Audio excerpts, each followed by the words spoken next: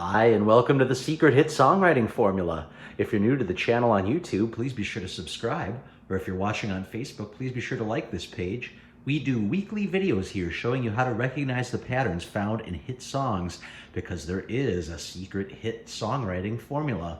All songs that have gone on to become hits on the radio, both past and present day, have followed certain patterns embedded in the compositions that they must follow in order to become commercially successful, and we show you those patterns here so you can use them.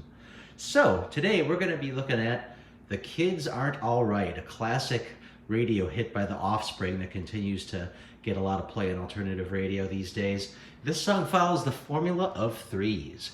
So we're going to be looking for the concept of self-similarity, meaning each part of the song must contain a 3-note rhythmic hook. Therefore, each of these song sections are similar to the other. So the part contains the whole, and the whole contains the part being 3 notes, okay?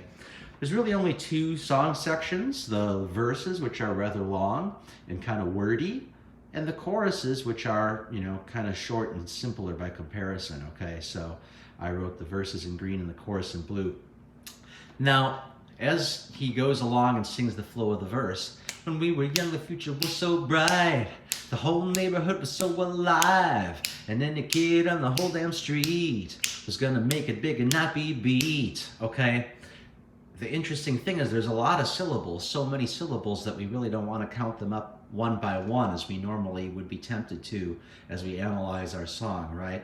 But what we're looking for is a rhythm that's distinguishing itself, okay? And in the book, The Secret Hit Songwriting Formula, we talk about how hooks can distinguish themselves. One way that a hook can distinguish itself is by appearing on the same beats in the measure every time it appears. So in this case, if we're looking at a rhythm, we're going to be looking for, when we were young in the future, 3E, we call this rhythm 3E, and it doesn't really matter if you know how to count 1E and a 2E and a 3E and right? 1E and a 2E and a 3E and a 4E and that's where that comes from.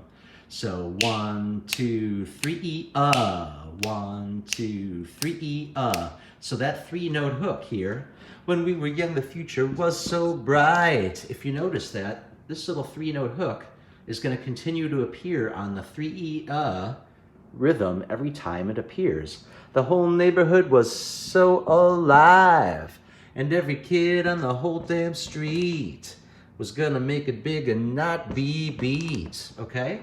Now, a simpler way to explain this is, you'll notice these 3 notes are always appearing at the same place in the beat every time. So you don't even know you don't need to know how to count 3E, You just need to notice that this 3-note hook is appearing at the same time every time it happens in the vocal flow. When we were young, the future, 1, 2, 3. The whole neighborhood was 1, 2, 3.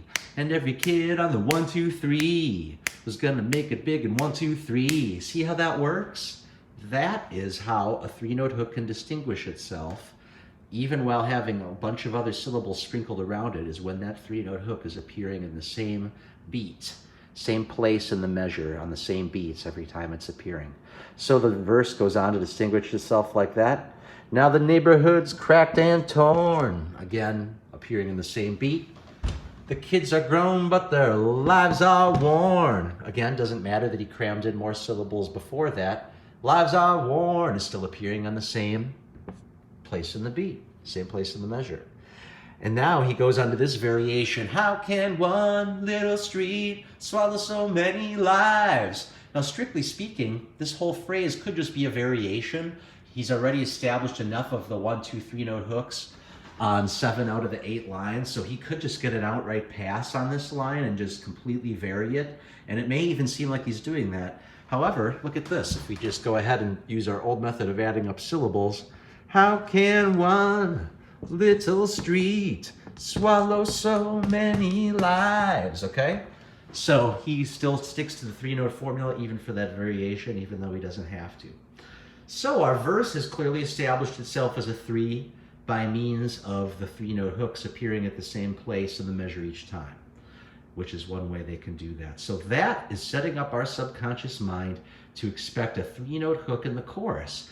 And when our ears hear a 3-note hook in the chorus, Then self-similarity is accomplished. It's as if we've known the song the whole time. It's very satisfying, and it's the vital part that hit songs must contain. It's this secret part of these many formulas we teach. Okay, so look at this. In the chorus, they resort back to chance is thrown, nothing's free, longing for used to be. The nice thing about that is it's very obvious it's a 3 because it's dividing itself into neat motifs of 3 notes each with a rest in the vocal every time to divide the motives up. Chance is thrown, nothing's free, longing for used to be. Perfect 3s with rests in between, so it's an obvious 3.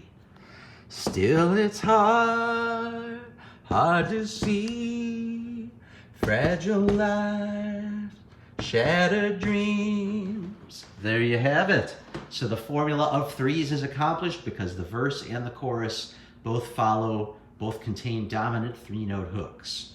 Okay, and that is the secret part that triggers our brain to really want to hear this again and again because it feels like we already know it. The parts are self-similar. It's just got a lot of natural beauty to it. If you need more help with this, please go to secrethitsongwritingformula.com. We have the only ebook in the world there that gives away all the patterns that you can use from hit songs throughout the decades, patterns that still work today and still have worked for decades, patterns that your songs must contain if you want your songs to be able to have the potential to become hits and be commercially successful. That's at secrethitsongwritingformula.com. Thanks for watching. We'll see you next week.